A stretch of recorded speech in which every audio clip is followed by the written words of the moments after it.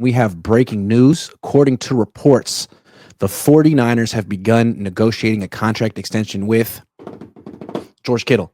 George Kittle, the all-pro tight end, the future Hall of Famer. He apparently is number one on the 49ers to-do list this offseason. What do you think? I mean, I feel like everyone wants this. This is going to be the least controversial move of the offseason for the 49ers. Yeah, I mean, he's a sixth lineman. He's the best tight end in the NFL. Like, he's a Niner for – I think everyone can agree they want him to be a Niner for life. Keep him till the wheels fall off. You know, it's perfect. I think no matter what he gets, whether they make him the highest paid tight end or the whatever, he gets a team-friendly deal. Everyone's going to be like, yeah, it's George. So he deserves it. I think this is kind of like a solid move, like just a more like good job, Niners. You're doing what you need to do, right? I feel like tight ends are a great investment, like really great ones. And this Kittle's a really great one. We've seen around the league, with a couple exceptions, like really great tight ends tend to have longevity and play into their mid to late 30s. Mm-hmm. Travis Kelce is doing it. Antonio Gates did it. Tony Gonzalez did it. Rob Gronkowski didn't, but he was so tall and he was so hard to bring down that really the NFL just took out his knees over and over and over again. And I mean, he could have kept playing. He just didn't want to play without Tom. It's true. He did make a few comebacks and he was pretty good on the Bucs. Yeah. That's true. But with Kittle, I would imagine like he's not slowing. He hasn't slowed down. And even if he does slow down, you don't have to be super fast to be a tight end. You can still be a good blocker, a good red zone threat, and a guy who moves the chains. I mean, freaking Zach Ertz was a factor for the Commanders this year. And I mean, I think honestly, like the fact that for whatever reason outside of this year, Kittle is not like one of the isn't the highest targeted player on our team, like kind of helps. It kind of saves his body, which still doesn't make sense to me because again, I have always believed for years he's a better tight end than Kelce. He's in my opinion, he has been the best tight end in the league for years. The difference is that the Chiefs feature Kelce and the Niners don't exactly feature Kittle all the time.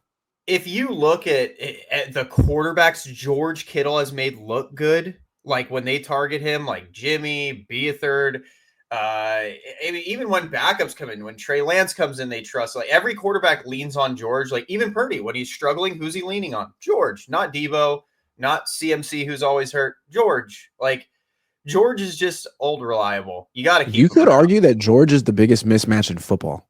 I agree. Who can cover George Kittle? Not even 3 Patriots could cover George Kittle.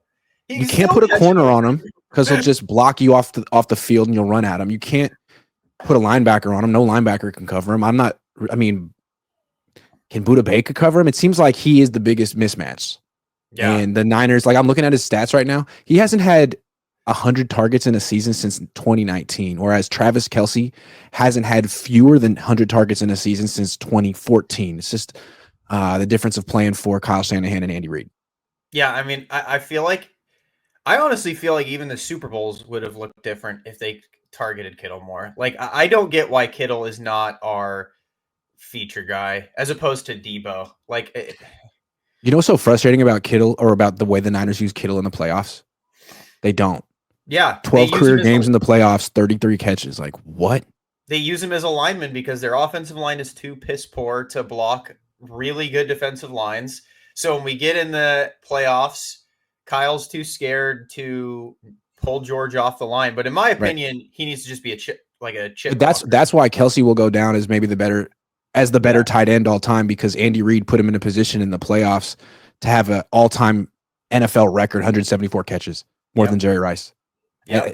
It'd be nice if Kyle Shanahan would like get out of the way. Another thing that's nice about having a tight end, they're not that expensive. You could have the best tight end ever and he'll be making less than your freaking guard. Right. Like which is crazy. Yeah, the guard market's in the 20s. His guy's going to make probably $18 million a year when he gets his extension.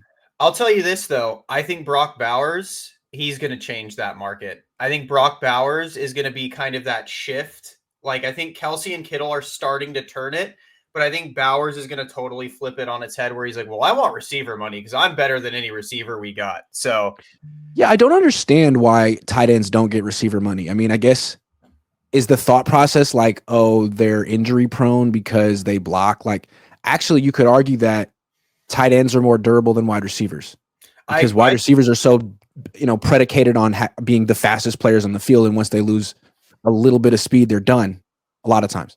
I'd agree with that. I think it's the lack of elite tight ends. Like, I feel like recently we've started seeing like a handful of them. Like, you have Bowers now, Andrews, Kelsey, even Likely on the Ravens is really, really good. You have a lot of good, like, great Laporta. Now, Laporta, another one. You have so many of them that I think now they could start demanding more money, and people are starting to see how valuable they are. Because, yeah, I agree with you there. Like, George Kittle's been injured less than like Debo and BA and CMC. Travis Kelsey's always playing, it seems like. So it's like you can't even. It seems like one of these ultimate salary cap hacks too, because if you have a dominant tight end who could get you 1,000 yards and 10 touchdowns in a season, you don't have to enter the wide receiver market, which is gross, exorbitant. You don't have to spend $30 million a year on a guy who's a fringe number one wide receiver, which the Niners have done. They really like sort of missed the boat on that. But maybe it's okay. maybe the whatchamacallit, the tight ends are just more team players. They're less like flair. Like receivers, they're always like super cocky and brash. Running backs are just there trying to get what they deserve and what they used to get. And then tight ends are just like, George and Travis, they're just there having a good time. Like, if you think about it, George, Travis, Rob, like they're all just life of the party, just there to have a good time. I like this discussion because to me, wide receivers have a very clear-cut personality. I mean, it's almost a cliche. Like they're the divas. They're the ones that want all the attention. They bring attention to themselves. Then tight ends are interesting because they're like half receiver, right? Half offensive lineman, right. And their personality kind of matches it, right? Like they do call attention to themselves, but at the same time, like they are part of the offensive line group. They are in the different blocking combinations and run plays. They're kind of one of the guys. Yeah, so maybe that's it. Maybe they're just more like, yeah, dude, screw it. Like, I'm blocking, I'm catching. I'll do whatever the team needs. You want me to take a pay cut? Sure.